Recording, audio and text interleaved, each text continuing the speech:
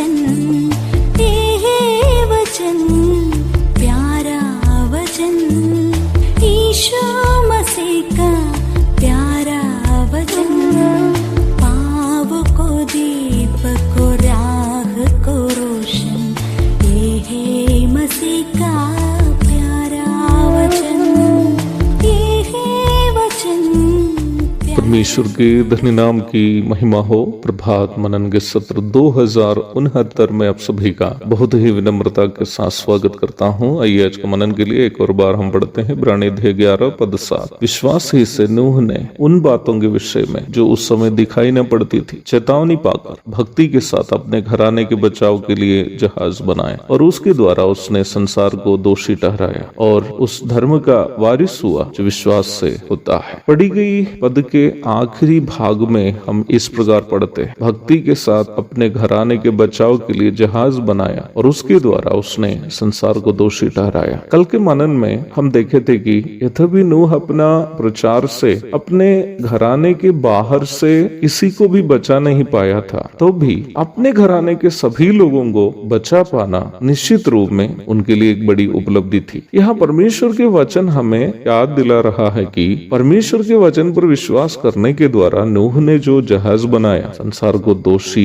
ठहराया जाना था। नूह का जहाज से संसार कैसे दोषी ठहराया गया? परमेश्वर के वचन के दो प्रकार के प्रभाव की ओर ये इशारा करता है। इब्रानी 4:12 में परमेश्वर के वचन को दो धारी तलवार से तुलना किया है, अर्थात परमेश्वर के वचन का उपयोग कभी भी व्यर्थ नहीं जाएगा, सकारात्मक नहीं तो नकारात्मक परिणाम जरूर लाएगा। यशायाह 55:11 में हम इस प्रकार पढ़ते हैं, उसी प्रकार से मेरा वचन भी होगा जो मेरे मुख से निकलता है, वह व्यर्थ ठहर कर मेरे पास न लौटेगा। हम जिस वचन का प्रचार करते हैं और पालन करते हैं वो कभी भी व्यर्थ नहीं जाएगा। कभी कभी सकारात्मक परिणाम नहीं दिखने से हमें लगेगा कि वचन की सेवा में हमारी मेहनत व्यर्थ हो गई है। ऐसा कभी नहीं हो सकता है। नूह ने उस समय के संसार से प्रचार किया कि परमेश्वर जल प्रलय से संसार को नाश करने जा रहा। नूह के द्वारा प्रचार किया गया ये ईश्वरीय वचन नूह के घराने के साथ अन्य लोग विश्वास किया, संसार के शेष लोग विश्वास नहीं किया। जहाज बनाने के द्वारा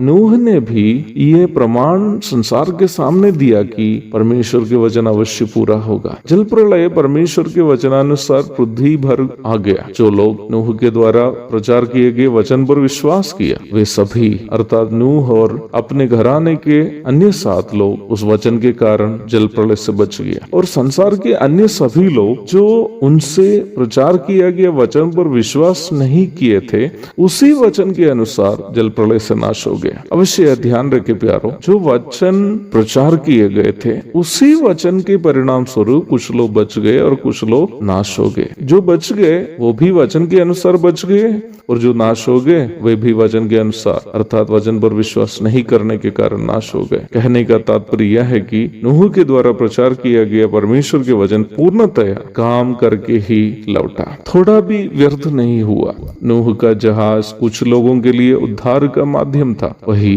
अन्य लोगों के लिए दोषी ठहराए जाने का माध्यम था। सुसमाचार प्रचार की सेवा में लंबे समय के कठिन मेहनत के बाद भी काफी संख्या में लोग विश्वास में नहीं आने पर विशेषकर सुसमाचार प्रचार की सेवा में सहभागी लोग उदास और निराश हो जाना स्वाभाविक है। मैं स्वयं भी इसका अनुभवी हूँ। कटिहार शहर के लगभग 3,500 से भी अधिक रेलवे क्वार्टरों में मैं कुछ अन्य भाइयों के संग मिलकर सुसमाचार पर्चियां पहुंचाया, गाँव में प्रचार किया, कई गाँव में सुसमाचार कन्वेंशन आयोजन किया। जिले के लगभग सभी ब्लॉक में बीते 17 वर्ष के अंदर कम से कम एक बार जरूर सुसमाचार पहुंचाया, परंतु विश्वास में आए हुए लोगों की संख्या मेहनत की तुलना में बहुत कम है। मैं इसलिए मेरा ये अनुभव सुनाया क्योंकि ये मेरा केवल अनुभव नहीं है, अन्य कई प्रभु के दासों का भी है। क्या आपको लगता है इतना सारा प्रचार करने के बावजूद भी यदि बहुत सारे लोग विश्वास में नहीं आ गए तो प्रचार किए गए वचन व्यर्थ हो गया? कभी नहीं। वचन यदि सुने हुओं का उद्धार के काम में नहीं आया, निश्चय वो वचन उनके नाश का कारण हो जाएगा। वचन से कोई स्वर्ग जाएंगे और और वचन के कारण